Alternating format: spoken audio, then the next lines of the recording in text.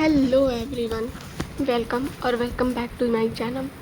कैसे हैं आप लोग? आई होप आप सब अच्छे होंगे। तो मैंने आज सबसे पहले बनाया टू डू लिस्ट। फिर मैं यहाँ पे सबसे पहले इंग्लिश स्टार्ट कर देती हूँ। इंग्लिश का chapter number 1 a triumph of surgery, जो कि सप्लीमेंट्री का चैप्टर नंबर 1 है। तो ये स्कूल में चल रहा था, तो मैंने सोचा क्यों ना इसको रिवाइज़ कर लेते हैं, क्योंकि भाई रिवाइज़ करने से हमारी जो नॉलेज होती है वो गेन होती है। सबसे पहले तो आप एन को एक बार उसका वीडियो देख लीजिए, फिर देन उसके बाद आप एन को एक बार रीड कर लीजिए, एंड उसके बाद फिर आप एन के क्वेश्चन एंड देन आप एक्स्ट्रा क्वेश्चन सॉल्व कर लीजिए। This is enough for you. और आप कॉन्टीन्यूसली हर चैप्टर के सेम ऐसे ही पहले वीडियो देखिए, देन उसके बाद एन रीड, देन एक्स्ट्रा क्वेश्चन। आप एकदम प्रिपेयर हो जाएंगे।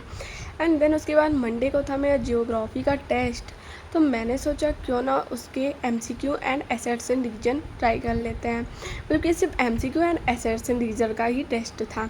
तो फिर मैं ChatGPT से MCQ और एसेट्स एंड डिवीज़न सॉल्व किया, जिसमें मेरे सारे आंसर तो करेक्ट थे, बट उसमें मेरे एक आंसर गलत हो गया था, जिसमें मेरा 1 नंबर कट गया ChatGPT के हिसाब से।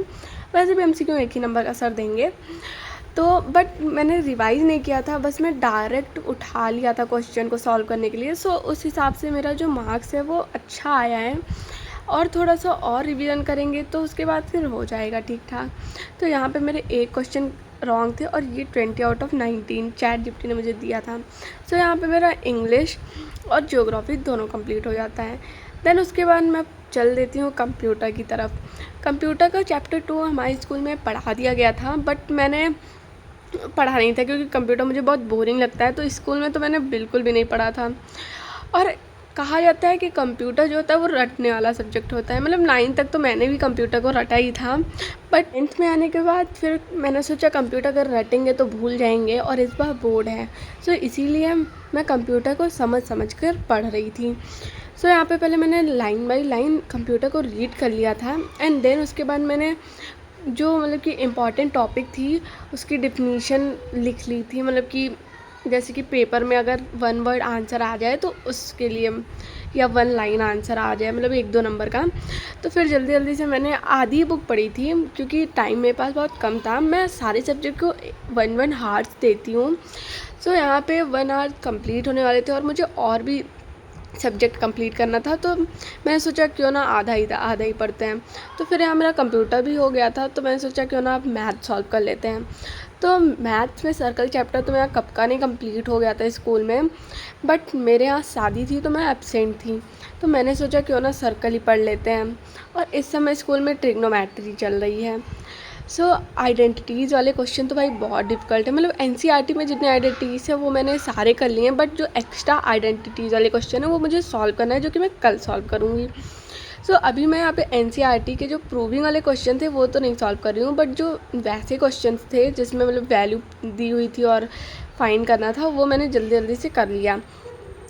और यहाँ पे मतलब कि 11-13 हो रहे थे, तो फिर मैंने जल्दी से, मुझे 12 बजे तक मैथ्स कंप्लीट करना था, और उसमें मुझे RD भी सॉल्व करनी थी। तो फिर मैंने NCERT को कंप्लीट कर लिया, एंड देन उसके बाद मैं आ गई RD की तरफ। RD में भी मैंने प्रूविंग के क्वेश्चन नहीं किए थे। एग्जाम्पल्स में जितने भी मतलब कि वैल्यू वाले मतलब वैल्यू फाइंड करने वाले थे क्वेश्चन, उसको सॉल्व कर लिया, एंड देन एक्सरसाइज में भी जितने भी वैल्यू फाइंड करने वाले क्वेश्चन थे उसको सॉल्व कर लिया।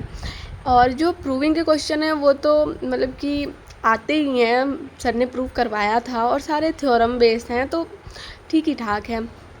और मेरा जो सेकंड PT है वो भी है 5 अगस्त से, और उसमें मेरे मैथ्स में आ रहे हैं पूरे 4 chapters: circle, area related to circle, trigonometry, height and distance. तो सर्कल चैप्टर वैसे मैंने नहीं पढ़ा था, तो मैंने सोचा क्यों ना उसको कंप्लीट कर लेते हैं। तो अभी मैंने कर लिया है, बट अभी मैंने पूरा प्रिपेयर नहीं किया है। मुझे सर्कल में बहुत ज़्यादा डर लग रहा है, ट्रिग्नोमेट्री में तो उससे कम ही लग रहा है जितना मुझे सर्कल में लग रहा है, क्योंकि मैंने उसे पढ़ा नहीं है शुरू से, और जो चीज़ शुरू से ना पढ़ो वो आती भी नहीं है। यहाँ मैथ्स कंप्लीट हो गया था, तो मैंने सोचा क्यों ना केमिस्ट्री पढ़ लेते हैं। लास्ट सब्जेक्ट बचा था केमिस्ट्री, और यहाँ पे 12-6 हो रहे थे। भाई केमिस्ट्री तो मेरे ऊपर से ऊपर निकल के जाती है, क्योंकि इसमें इतने सारे रिएक्शंस हैं और इतने सारे, मतलब कि क्या ही बताऊँ मैं। मुझे तो केमिस्ट्री बिल्कुल भी नहीं समझ आती है, बिल्कुल भी नहीं। सबको मैथ डिफ़िकल्ट लगती है, बट मेरे लिए केमिस्ट्री डिफ़िकल्ट है। तो मैंने सोचा क्यों ना थ्योरी जल्दी जल्दी देख लेते हैं प्रशांत भैया से, एंड देन उसके बाद फिर बुक रीड तो मैं खुद ही कर लूँगी। और फिर यहाँ पे 12:35 हो गए थे और मुझे तो आने लगी थी बहुत तेज़ नींद। So that's for today, thank you for watching, bye.